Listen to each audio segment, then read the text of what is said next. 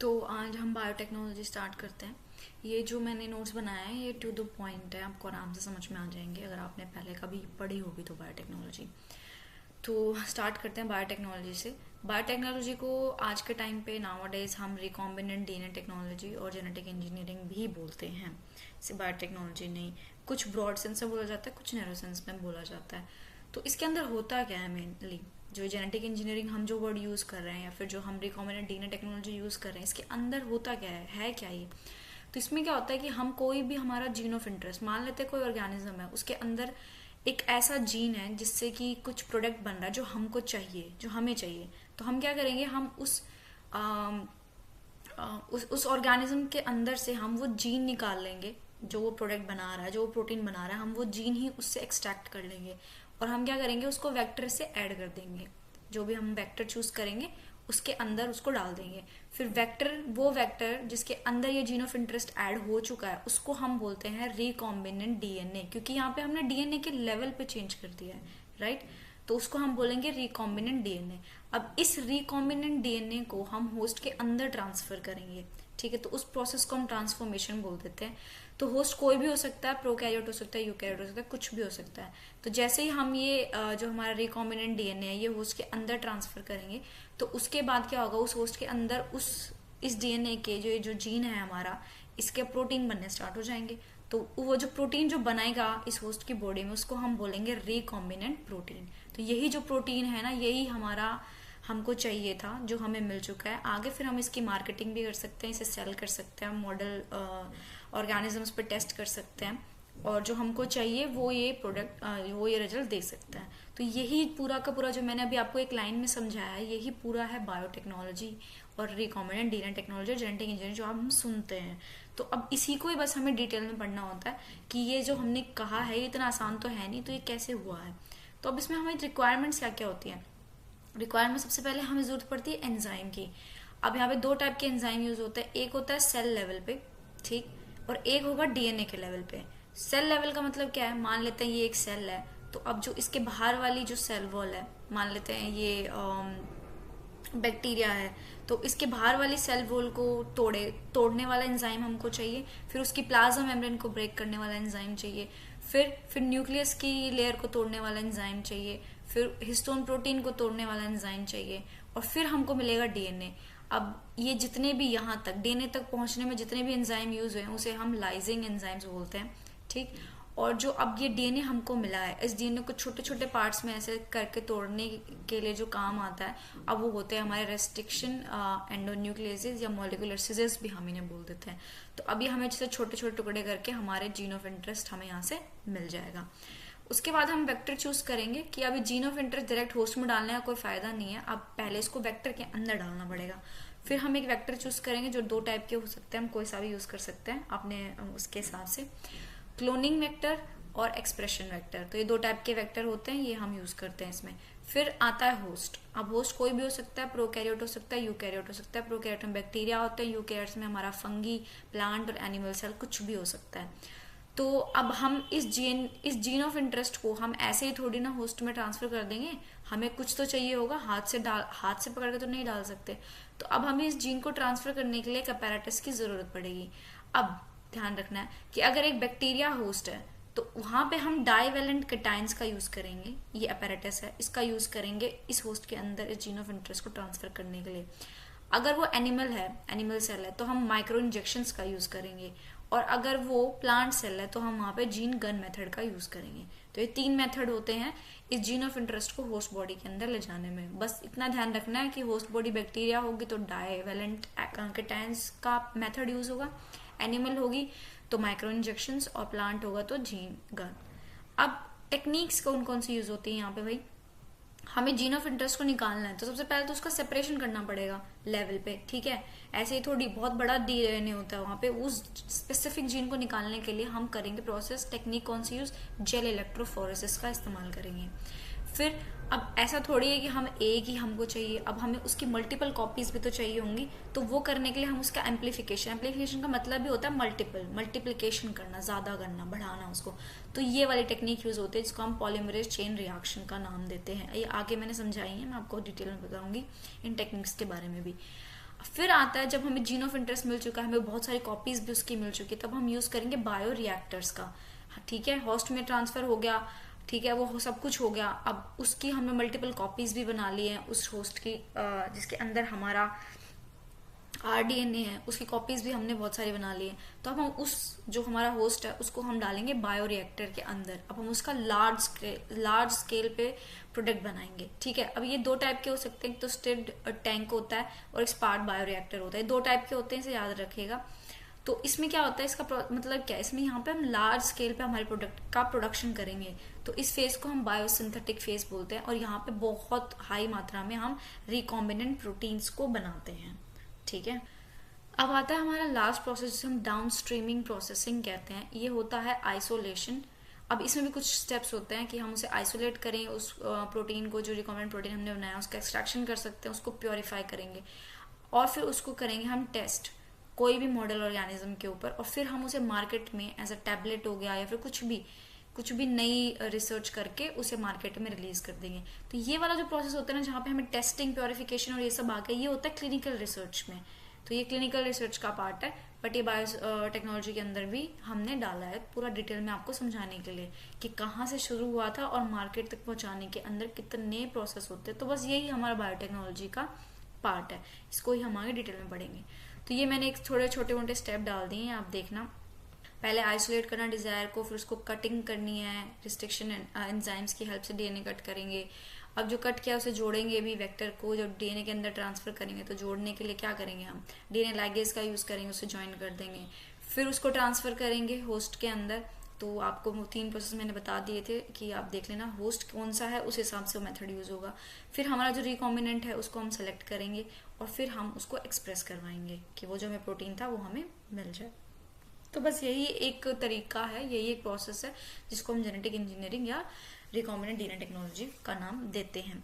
अब हम इसे थोड़ा डिटेल में पढ़ेंगे कि जो आइसोलेशन और डिजायर जीन कटिंग जो हम बोल रहे हैं ये हो कैसे रहा है। ठीक है, तो अब हम इसको शुरू करते हैं। सबसे पहला स्टेप है आइसोलेशन और डिजायर जीन। जो जीन हमको चाहिए, मान लेते हैं कि एक ह्यूमन सेल है, उसके अंदर एक जीन है जो इंसुलिन को प्रोड्यूस कर रहा है। अब हमें वो जीन बाहर निकालना है, हमको वो जीन चाहिए जो इंसुलिन का प्रोडक्शन कर रहा है, तो हमें उस जीन को पूरे को DNA में से बाहर निकालना है, सिर्फ उस जीन को। तो उसका आइसोलेशन करने के लिए कुछ स्टेप है, वो देखते हैं। सबसे पहले तो उस जीन तक पहुंचने के लिए हमें सेल को ब्रेक करना पड़ेगा, break through of cell, right. तो सबसे पहले अगर बैक्टीरिया होगा तो हम लाइसोजाइम एंजाइम का यूज करेंगे, और प्लाज्मा मेम्ब्रेन को तोड़ना है, ये सेल वॉल तोड़ने के लिए था, प्लाज्मा मेम्ब्रेन को तोड़ना है तो लाइपेज का यूज करेंगे। फिर भाई न्यूक्लियस आ जाएगा तो न्यूक्लियस का यूज करेंगे। फिर उसके अंदर RNA भी होता है तो RNA को तोड़ने के लिए RNase का यूज करेंगे। फिर प्रोटीन जो हिस्टोन प्रोटीन चारों तरफ DNA के लगा रहता है, उसको तोड़ने के लिए हम प्रोटीनेज का यूज करेंगे, और फिर वहां पे बच जाएगा सिर्फ हमारा DNA। ठीक, उसको क्या करेंगे, जैसे हमारे पास DNA बचा, हम उसको एक चिल्ड एथेनॉल के अंदर, एक हमारे पास ट्यूब होगी, इसके अंदर चिल्ड एथेनॉल जो है वो होगा, उसके अंदर हम उसको डाल देंगे। ठीक, तो ये क्या हो जाएगा, यहाँ पे DNA जो है वो प्रेसिपिटेट कर जाएगा। ठीक है, जैसे DNA प्रेसिपिटेट करेगा तो हम एक स्पैचुला लेंगे। ठीक, उस स्पैचुला की मदद से हम उस DNA को बाहर निकाल लेंगे, तो ये DNA यहाँ से बाहर निकल जाएगा। जो ये DNA को बाहर निकालने की जो ये प्रोसेस है स्पैचुला की हेल्प से, उसको हम स्पूलिंग कहते हैं। तो ये यहाँ तक हो गया, हमने अपना जीन ऑफ इंटरेस्ट यहाँ पे बाहर निकाल लिया। अब क्या करना है, अब हमें डाइजेशन करना है। हमने सिर्फ अभी तक यहाँ पे DNA बाहर निकाला ना, और जीन ऑफ इंटरेस्ट। तो यहाँ पे अभी हमने DNA पूरा उससे बाहर निकाल लिया सेल से। अब हम क्या करेंगे, अब हम करेंगे रिस्ट्रिक्शन एंडोन्यूक्लियस के इस्तेमाल से, उसका यूज करके हम DNA को डाइजेस्ट करेंगे, DNA के छोटे छोटे टुकड़े करेंगे। ठीक, अब रेस्ट्रिक्शन एंडोन्यूक्लियस के बारे में आप याद रखना, रेस्ट्रिक्शन एंडोन्यूक्लियस जो है ना, वो पैलिंड्रोम सीक्वेंस को रिकॉग्नाइज करता है। ये वो सीक्वेंस होते हैं हमारे जो रिपीटेड होते हैं। ठीक, तो ये उसको क्या करेगा, ये उसको रिकॉग्नाइज करता है। तो जैसे क्या, अब यहाँ पे मैंने लिखा है पैलिंड्रोम सीक्वेंस रिकॉग्नाइज इन DNA के अंदर उस सीक्वेंस को ही रिकॉग्नाइज करेगा। और अब ये वाला जो है, जो मैंने ये लिखा है E. coli R1, जो ये वाला है, ये क्या करता है, ये आप यहाँ पे देखेंगे कि ये G और A के बीच में कट लगाता है, ये इसकी रिस्ट्रिक्शन साइट है। तो अगर आप ये वाला एंडोन्यूक्लियस RE जो है रिस्ट्रिक्शन एंडोन्यूक्लियस यूज करोगे, तो ये DNA के अंदर उन सीक्वेंस को ढूंढेगा जहां पे ये जी और ए के बीच में कट लगाया। देखो यहाँ पे मैंने फोटो में डाला भी है। तो ये वाला जो सीजर है जो हमने यूज किया वो कौन सी की थी, ई कोली R1। तो ये हो गया, सॉरी ई कोली नहीं, ई को R1। तो ये जो है ये यूज किया हमने, इसमें जी और ए के बीच में कट लगाएगा। यहाँ भी वो जी और ए के बीच में ही कट लगा रहा है। तो ये हमारा रेस्ट्रिक्शन एंजाइम था। And same with vector, with same R E. अब वेक्टर को भी तो बाहर निकालना है, वेक्टर को भी तो हमको यूज करना है ना, राइट। वेक्टर ऑलमोस्ट हम प्लाज्मिड का यूज करते हैं, तो उसमें से वेक्टर को बाहर निकालने के लिए हम सेम ही, सॉरी वेक्टर को बाहर नहीं, वेक्टर के अंदर कट लगाने के लिए भी हम सेम रेस्ट्रिक्शन एंडोन्यूक्लियस का यूज करेंगे। जो हमने ये वाला यहाँ किया है वही वाला हम वेक्टर के पास करेंगे। In a bacteria who attacked by bacteriophage virus, वो सबको पता है भाई, बैक्टीरियोफेज वायरस जो है वो बैक्टीरिया पे अटैक करता है, राइट। तो ये आपको पता चल जाएगा। फिर ये क्या करा, जैसे इसने कट लगाया तो अब ये जो निकल के आया, देख रहे हैं, ये हैंगिंग जो है ये हमें ये मिल जाता है। ये मैंने आगे लिखा हुआ है, आपको इतने टेंशन लेने की जरूरत नहीं है। तो अब जो बचा हुआ डीएनए है वो बिल्कुल हैंगिंग डीएनए, स्टिकी एंड्स है इनके। तो जो ये है ये स्टिकी एंड्स है, विच इज वेरी गुड, जो कि हमें चाहिए, ऐसा ही हमको चाहिए होता है। अच्छा, अब आप बोलोगे कि ये पैलिंड्रोमिक सीक्वेंस तो भाई डीएनए के या बैक्टीरिया के खुद के डीएनए के पास भी हो सकते हैं, राइट।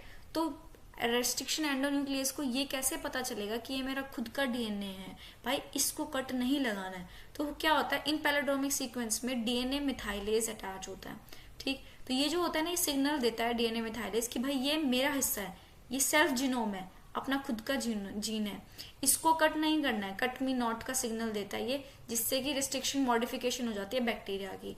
तो वो बैक्टीरिया के अंदर अपने सेल्फ डीएनए को कट नहीं करेगा, ठीक है ना, उसको नहीं काटेगा। तो वरना तो ये वाला जो है इको R1, ये तो क्या करेगा, ये तो पूरे डीएनए के पूरे बैक्टीरिया के अंदर जितने भी पैलिंड्रोमिक सीक्वेंस सबको काट देगा। ऐसा नहीं होना चाहिए। तो बस इसीलिए ये डीएनए मिथाइलेज जो है ये अटैच हो जाता है ऐसी साइट्स पे कि वो हमारे रिस्ट्रिक्शन एंजाइम को सिग्नल दे सके कि ये कट मी नॉट का सिग्नल है और ये मेरा खुद सेल्फ जीनोम है, इसको नहीं काटना है, ठीक।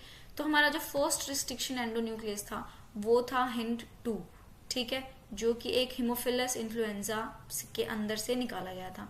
पर हम कटिंग के लिए हम HINT3 का यूज करते हैं, याद रखिएगा।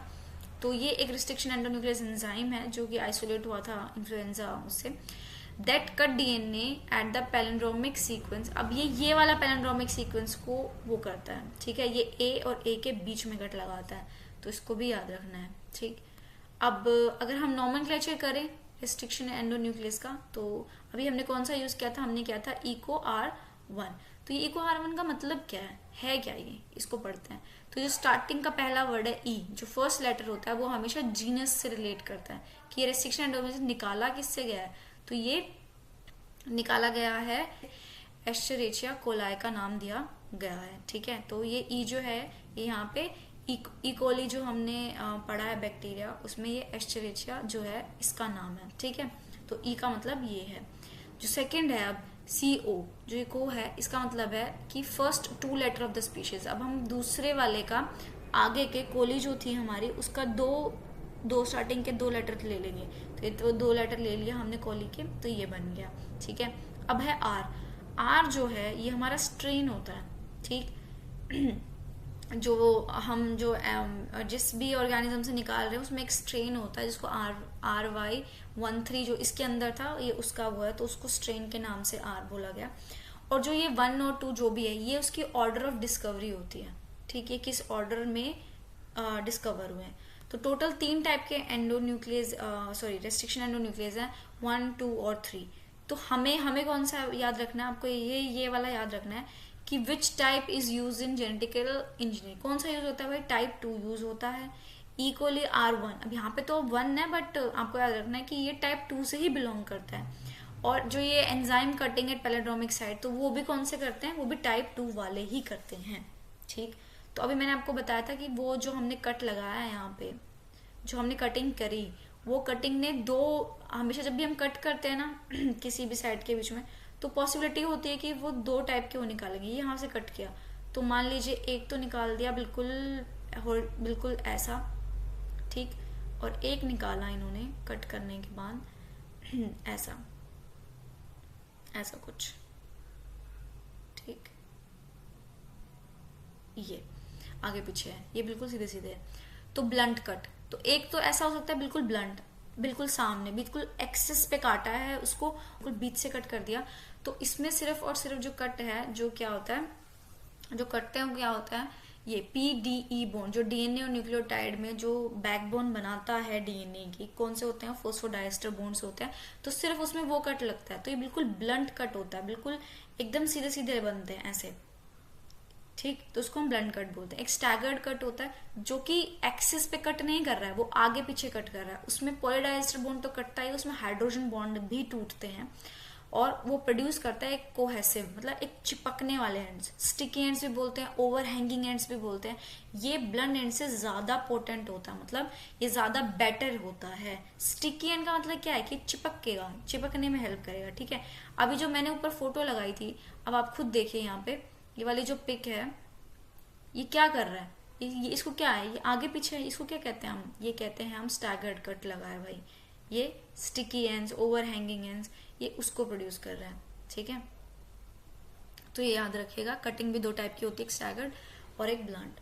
अब यहाँ तक हो गया, हमने हमारा डीएनए को रिस्ट्रिक्शन एंडोन्यूक्लियस की तरफ से हमने कट भी कर लिया और हमने उसको निकाल भी लिया। अब हम क्या करेंगे, separation of DNA fragment on एग्रोज gel electrophoresis. मैंने आपको बताया था ना ऊपर कि भाई जेल इलेक्ट्रोफोरेसिस का यूज होता है सेपरेट करने के लिए डीएनए फ्रेगमेंट्स को। तो ये जो जेल इलेक्ट्रोफोरेसिस, अब यहाँ पे सेपरेशन होता है बेसिस ऑफ साइज ओनली, ये सिर्फ साइज के बेसिस पे ही अलग अलग होते हैं। जो स्मॉलर होते हैं, जो छोटी फ्रेगमेंट्स होंगी वो वेल के पास रह जाएंगी, और जो बड़ी फ्रेगमेंट्स होती हैं, सॉरी, जो छोटी होती हैं वो वेल से दूर चली जाएंगी, और जो बड़ी फ्रेगमेंट्स होती हैं वो वेल के पास में ही रहेंगी, ठीक। और जब ये छोटी बड़ी फ्रेगमेंट्स अलग अलग हो जाएंगी तो हम उसमें लेटर क्या है, हम एथिडियम ब्रोमाइड का यूज कर लेंगे ताकि कलर आ जाए, और फिर हम उसको यूवी रेस पे एक्सपोजर डालेंगे यूवी रेस का, तो वहां पे ऑरेंज कलर की बैंड्स बन जाती हैं। तो बाद में हम क्या करते हैं, उन ऑरेंज कलर्स की बैंड को हम कट कर लेते हैं, cut of the DNA from the gel, हम उससे काट लेंगे, जिसे हम इल्यूशन प्रोसेस भी कहते हैं। तो ये बात आप याद रखिएगा, ठीक है। अब जो ये हमने अभी जेल इलेक्ट्रोफोरेसिस किया है, अब यहाँ पे सेपरेशन किस किस का कर सकते हैं हम, बेसिस ऑफ साइज तो है, पर सेपरेशन हम यहाँ प्रोटीन का भी कर सकते हैं, हम यहाँ आरएनए का भी कर सकते हैं, हम यहाँ पे डीएनए का भी कर सकते हैं, ठीक है। हम यहाँ पे सब चीजों का, इन चीजों का क्या कर सकते हैं, सेपरेशन कर सकते हैं। तो अब मैंने इसको टूल एंड टेक्निक्स नेम से बना के डाल दिया। यहाँ पे मैंने ऑलमोस्ट जितनी भी थी सारी यहाँ पे मेंशन कर दी है, तो इसको भी हम एक बार देख लेते हैं। सबसे पहला भाई डीएनए सेपरेशन, साउदर्न ब्लॉटिंग, ठीक है। डीएनए को अगर सेपरेट करना है तो टेक्निक कौन सी यूज होगी, साउदर्न ब्लॉटिंग। आरएनए सेपरेशन को यूज करना तो आरएनए को सेपरेट करना है तो नॉर्दर्न ब्लॉटिंग यूज होगी। प्रोटीन को सेपरेट करना है तो वेस्टर्न ब्लॉटिंग यूज होगी, ठीक। अब ये प्रोटीन को सेपरेट करने के लिए हम करते हैं एसडीएस और पेज का इस्तेमाल करते हैं। अब एसडीएस क्या है, एसडीएस है सोडियम डाइऑक्साइल सल्फेट, और पेज की फुल फॉर्म क्या है भाई, पॉलीएक्रिलामाइड जेल इलेक्ट्रोफोरेसिस। तो ये एसडीएस पेज का यूज करते हैं। अब ये जो जेल है, जो ये वाला है हमारा पेज, ये मैंने आपको बताया पॉलीएक्रिलामाइड जेल है। अब क्या होता है, प्रोटीन्स के पास ना पॉजिटिव, किसी प्रोटीन के पास पॉजिटिव चार्ज होता है, किसी के पास नेगेटिव चार्ज होता है, कुछ न्यूट्रल भी होते हैं, तो उनको हम सेपरेट करने में वो नहीं हो पाता। तो सेपरेट कैसे होगा, जब चार्ज ही नहीं है, राइट। जब हम उसको रन करेंगे जेल को इलेक्ट्रोफोरेसिस में, तो वो चार्ज के बेसिस पे, साइज के बेसिस पे सेपरेट होता है, उसके पास चार्ज होगा। तो चार्ज नहीं होता है तो क्या होता है, हम एसडीएस का यूज करते हैं। ये जो एसडीएस है, सोडियम फॉस्फेट सल्फेट, ये एक डिटर्जेंट है। तो डिटर्जेंट है तो क्या करेगा, वो प्रोटीन को ना एक इम्पार्ट कर देगा, उसके ऊपर नेगेटिव चार्ज लगा देगा, उस प्रोटीन के ऊपर क्या करेगा, वो नेगेटिव चार्ज लगा देगा, जिसकी वजह से प्रोटीन का सेपरेशन आसानी से साइज के बेसिस पे हो जाएगा, ठीक है। एक और होता है जिसको हम ईस्टर्न ब्लॉटिंग कहते हैं। ईस्टर्न ब्लॉटिंग यूज होता है कि पोस्ट ट्रांसलेशन, जब ट्रांसलेशन हो जाता है तो उसके बाद जब प्रोटीन बन जाता है ना, तो उसके बाद उसमें कुछ मॉडिफिकेशंस होती हैं, राइट। तो उसको डिटेक्ट करने के लिए यूज होता है, जैसे ग्लाइकोसाइलेशन हो गया, फॉस्फोराइलेशन हो गया। तो इन सबको डिटेक्ट करने के लिए हम आफ्टर पोस्ट ट्रांसलेशन हम ईस्टर्न ब्लॉटिंग का यूज करते हैं, ठीक।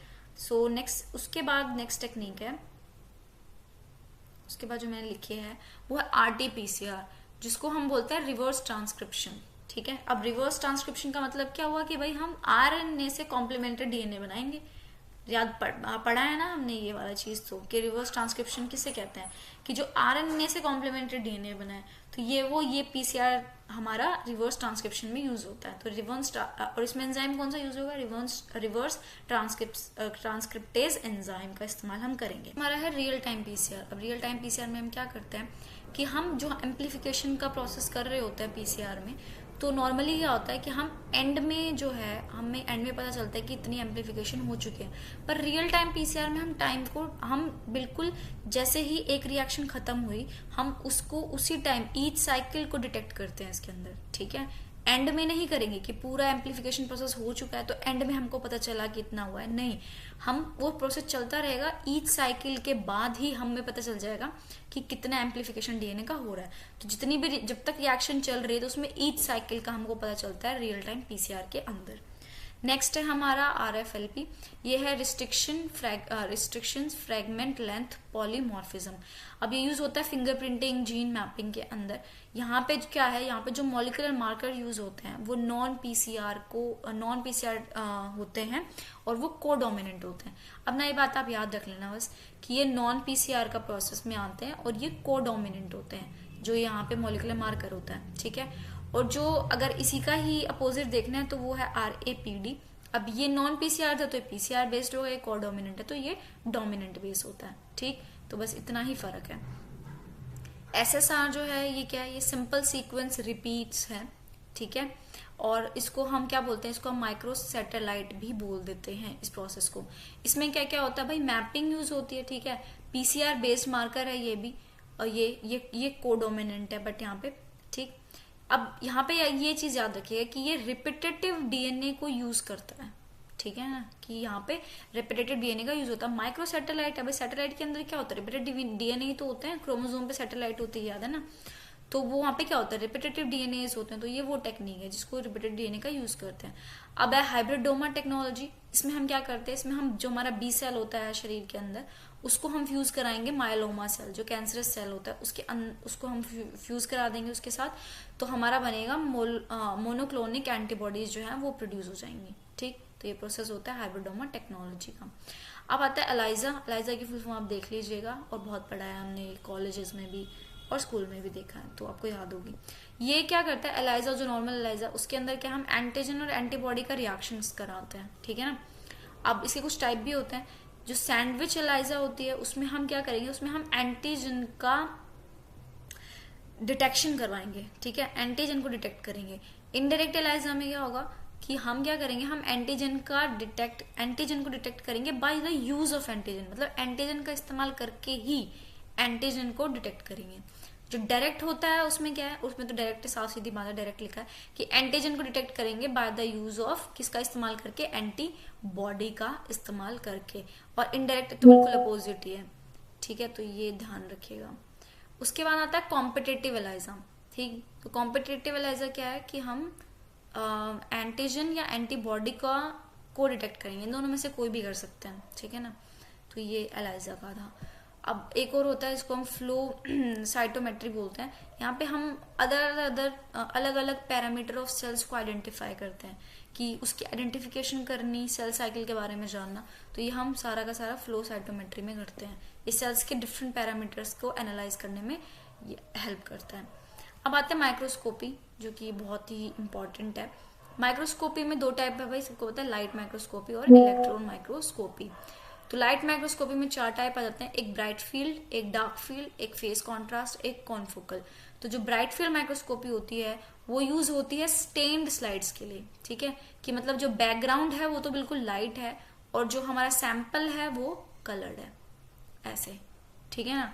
तो इसके लिए हम यूज करेंगे ये ऐसा, इसकी बैकग्राउंड तो बिल्कुल लाइट है और जो हमारा सैंपल है वो कलर्ड है, उसको हम ब्राइट फील्ड माइक्रोस्कोपी बोल देते हैं। डार्क फील्ड का साफ सीधे बात, डार्क फील्ड का मतलब क्या है कि जो हमारी बैकग्राउंड होगा वो तो होगा डार्क और उसके ऊपर जो हम ये रखेंगे वो होगी लाइट, ठीक है। तो याद रखिएगा, ट्रांसपेरेंट ऑब्जेक्ट्स को यूज करने में, मतलब विजुअलाइज करने में हेल्प करता है। फेस कॉन्ट्रास्ट में क्या होगा कि हम लाइव सेल्स को विजुअलाइज करेंगे, इधर लाइव सेल्स की बात होगी। कॉनफोकल में क्या होगा, अब यहाँ भी हम स्टेन स्लाइड्स को यूज करेंगे। तो अब आप बोलेंगे कि भाई स्टेन स्लाइड तो हमने ब्राइट फील्ड में भी करी थी, तो यहाँ पे क्या होता है, अगर ब्राइट फील्ड में सेम स्टेन स्लाइड्स जो है वो ब्लर आ रही हैं, तब हम कॉन्फोकल का यूज करेंगे, ठीक है ना। अगर ये जो BFM लिखा है मैंने, ब्राइट फील्ड माइक्रोस्कोपी में इमेज ब्लर आई, तब हम कॉन्फोकल माइक्रोस्कोपी का यूज करेंगे शार्प इमेज लाने के लिए, ठीक है। इलेक्ट्रॉन माइक्रोस्कोपी 3 टाइप का, SEM, TEM और STEM। SEM मतलब स्कैनिंग इलेक्ट्रॉन माइक्रोस्कोपी। यहाँ पे हम क्या करते हैं कि जो हम स्कैन करते हैं, क्या सैंपल के सरफेस को स्कैन करते हैं फॉर 3D लाइक या फिर टोनोग्राफी। टोनोग्राफी मतलब क्या, ऊपर का सरफेस व्यू देखने में हम किसका यूज करेंगे, स्कैनिंग इलेक्ट्रॉन माइक्रोस्कोप। टेम का यूज होता है ट्रांसमिशन इलेक्ट्रॉन माइक्रोस्कोप। इसमें इंटरनल व्यू मतलब अब जो ये सेल है जो हम इसको हमें ऑब्जर्व करना है, इसके अंदर का व्यू जानने में हेल्प होता है, जिसको 2D इमेज बनाएगा ये, ठीक है। जो ये स्टेम है, ये तो भाई इन दोनों का हाइब्रिड है, इन दोनों को मिला के जो टेक्निक बनी थी वो थी हमारी स्टेम। अब आप याद रखिएगा, माइक्रोस्कोपी में कुछ फिक्सेटिव और डाइज का इस्तेमाल होता है। ग्लूटाल्डिहाइड तब यूज होगा जब प्रोटीन और कार्बोहाइड्रेट होंगे, और ऑस्मियम टेट्राऑक्साइड तब होगा जब लिपिड हो, ठीक है। और ये जो डाई है, ये मैंने इसका नाम लिख दिया है हेमाटोऑक्सिलिन, जो ये डाई है वो यूज होती है यहाँ पे। और टोटल मैग्निफिकेशन पावर का फॉर्मूला पूछ लिया जाता है कि टोटल मैग्निफिकेशन MT जो है, इसमें ME जो है वो लेंस और ऑब्जेक्ट का वो दिया होगा आपको क्वेश्चन के अंदर, तो वो आपको निकालना, डायरेक्ट फॉर्मूला है तो लग ही जाएगा। रेजोल्यूशन पावर में एक एबे इक्वेशन होती है, उसका फॉर्मूला आप इंटरनेट पे देख लीजिएगा, वो याद कर लेगा। एक एबे इक्वेशन होती है। रेजोल्यूशन जो है वो डिपेंड करता है एबे इक्वेशन पे, वेवलेंथ ऑफ द लाइट, जितनी ज्यादा वेवलेंथ ऑफ द लाइट होगी उतना कम। ये रेजोल्यूशन पावर और वेवलेंथ जो है एक दूसरे के इनवर्सली प्रोपोर्शनल है, याद रखिएगा। और अपर्चर जो डायमीटर होता है ऑब्जेक्ट का, ये 3 चीजों पे ये डिपेंड करता है। अगली जो टेक्निक थी हमारी वो है फ्रीज फ्रैक्चर टेक्नोलॉजी। ये यूज होती है प्लाज्मा मेम्ब्रेन के स्ट्रक्चर को देखने के लिए, उसको एनालाइज करने के लिए। अब जो फ्रैप है, Florence recovery after photo bleaching, ये जो टेक्नोलॉजी है ये यूज होती है कि भाई प्लाज्मा मेम्ब्रेन के अंदर जो लिपिड और प्रोटीन्स होते हैं, ये जो है ना, ये क्या करते हैं, मोबिलिटी मतलब मूव करते हैं। एक इस साइड से इस साइड चला गया, इस साइड से इस साइड चला गया, या फिर ये ऐसे ऐसे भी हो सकता है कि ये यहाँ से यहाँ आ गया, ठीक। तो इसकी मोबिलिटी को, किसकी, प्रोटीन और लिपिड्स की मोबिलिटी को प्लाज्मा मेम्ब्रेन में देखने के लिए हम फ्रैप का इस्तेमाल करते हैं। हाँ, एक अगली है एक्सरे डिफ्रैक्शन या फिर एक्सरे क्रिस्टलोग्राफी। अगर हमें 3D स्ट्रक्चर बायोमोलिक्यूल्स का 3D स्ट्रक्चर डिटेक्ट करना है तो हम इसका इस्तेमाल करेंगे। वो DNA हो सकता है, RNA हो सकता है, प्रोटीन हो सकती है, क्रिस्टल स्टेट्स में होता है। तो अगर हमें इन तीनों का क्या करना है, 3D स्ट्रक्चर को डिटेक्ट करना है, तो वो हम इसके थ्रू करेंगे, ठीक। अब अगला है क्रोमैटोग्राफी। क्रोमैटोग्राफी में हम क्या करते हैं, सेपरेट करेंगे मिक्सचर ऑफ मॉलिक्यूल्स को, ठीक है। उसमें से मॉलिक्यूल को सेपरेट करना होता है, मिक्सचर ऑफ मॉलिक्यूल्स होता है, उसमें से मॉलिक्यूल को सेपरेट करना है। जैसे पेपर क्रोमैटोग्राफी में हम पिगमेंट्स का सेपरेशन करते हैं, तो ये याद रखिएगा। फिर आता है इलेक्ट्रोफोरेसिस, वो मैंने आपको ऊपर बताया ही था कि इलेक्ट्रोफोरेसिस में हम मॉलिक्यूल्स को सेपरेट करते हैं। DNA, RNA, प्रोटीन जो है उनको हम सेपरेट करेंगे। क्या करना है, बस क्या करना है, जेल है, इलेक्ट्रोफोरेसिस में जेल होता है, एग्रोस जेल, उसके अंदर हम इलेक्ट्रिक फील्ड में उसको रन कर देते हैं और वो साइज के बेसिस पे सेपरेट हो जाते हैं, ठीक। 2D जेल इलेक्ट्रोफोरेसिस में क्या होता है कि हम प्रोटीन का सेपरेट करते हैं। यहाँ पे 2 प्रॉपर्टीज के ऊपर यहाँ पे सेपरेशन होता है। पहला तो उसका आइसोइलेक्ट्रिक पॉइंट, भाई प्रोटीन का आइसोइलेक्ट्रिक पॉइंट्स सबको पता होंगे। और जो सेकंड है उसका मास कितना है, तो उस बेसिस पे हम यहाँ पे 2D जेल इलेक्ट्रोफोरेसिस का यूज करते हैं। एक ऊपर मैंने आपको बताया था SDS पेज वाला, वो भी इसी के अंदर आ जाता है, ठीक। तो ये था यहाँ